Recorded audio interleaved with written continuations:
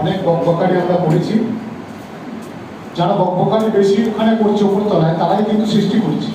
Sir যেটা বললেন 130 বছর পরে বিশ্ব উষ্ণায়নের কথা হচ্ছে, 130 বছর আগে যারা করেছে তারা কিন্তু জানে এটা হবে, কিন্তু তারা কিন্তু প্রতিরোধ বা প্রতিবন্ধকতার কোনো ব্যবস্থা নেই।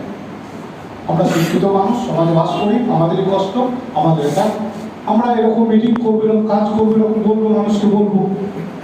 এবছর যে থিমটা করা হয়েছে, আমি অত্যন্ত মজা করেই বলছিলাম যে থিমটা আমার মনে হয়েছে যখন জমি, খরা আর মরু, পৃথিবী নিজে যখন হয়েছে।